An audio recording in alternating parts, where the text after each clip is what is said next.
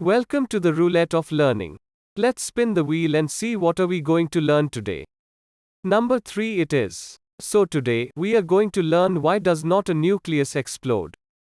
Before going into details, let's first understand the question. An atom is made from electrons and a nucleus.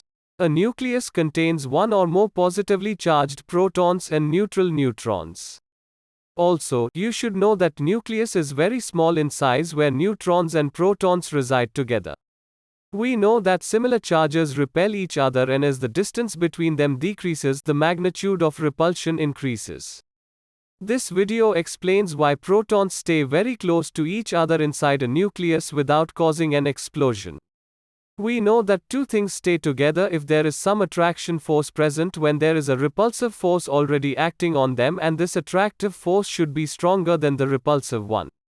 Well, to the nucleus's rescue, nature has given a force called strong nuclear force which acts between very tiny particles such as protons.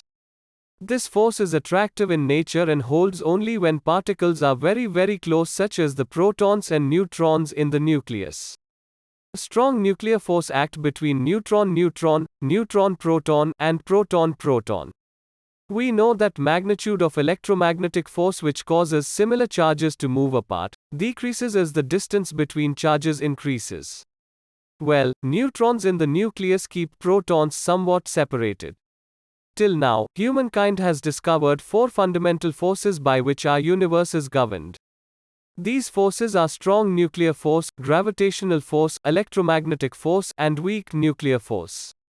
Out of them, the strong nuclear force is the strongest. Strong nuclear force acts between nucleons.